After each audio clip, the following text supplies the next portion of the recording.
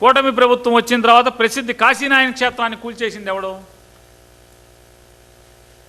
పవన్ కళ్యాణ్ గారు. ఎవరైతే అన్అపాలజెటిక్ సనాతని, మళ్ళీ ఇప్పుడు కాషాయం ఇట్లా ఆ రోజు చేశాడు.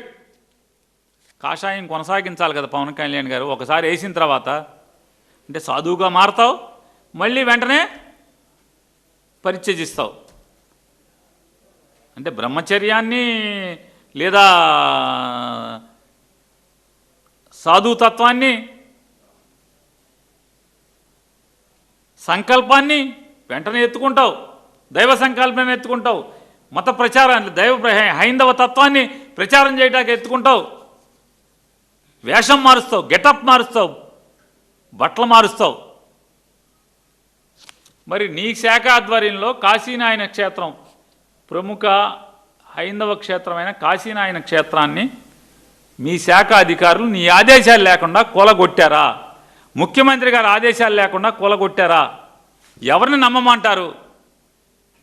ఎవరిని నమ్మంటారు పవన్ కళ్యాణ్ గారు?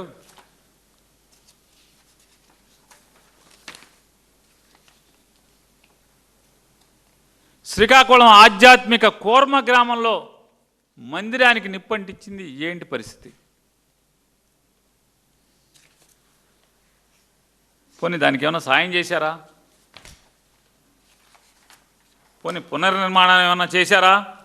ఆదుకున్నారా? మీ పాపాలు ఒకటొకటి కాదు. సింహాచలంలో ఒక ఆవిడ పెద్ద మొత్తం తగునమ్మా అని పెద్దానికి వస్తుంది. అసలు పనికి ఆవిడ రాదు. ఆవిడకి ఉద్యోగం ఇచ్చినటువంటి ఉద్యోగం ఆ మంత్రి చేయరు. సింహాచలంలో గోడ కడితే ఎంతమంది అంటే దేవుణ్ణి దండం పెట్టుకుంటాకి చంద్రోత్సవానికి వచ్చినటువంటి భక్తులు మీ పుణ్యం వల్ల మరణించారా, అసూలు బాచారా లేదా? గుళ్ళో మరణాలు అపవిత్రమా కాదా? అపచారమా కాదా?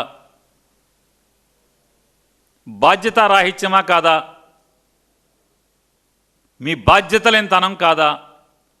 దేవుడంటే భక్తి లేని తత్వం కాదా? అక్కడేనా? తిరుమల తిరుపతిలో వైకుంఠ ఏకాదశికో ముక్కోట ఏకాదశిగా ఎప్పుడండి అది? వైకుంఠ ఏకాదశికి.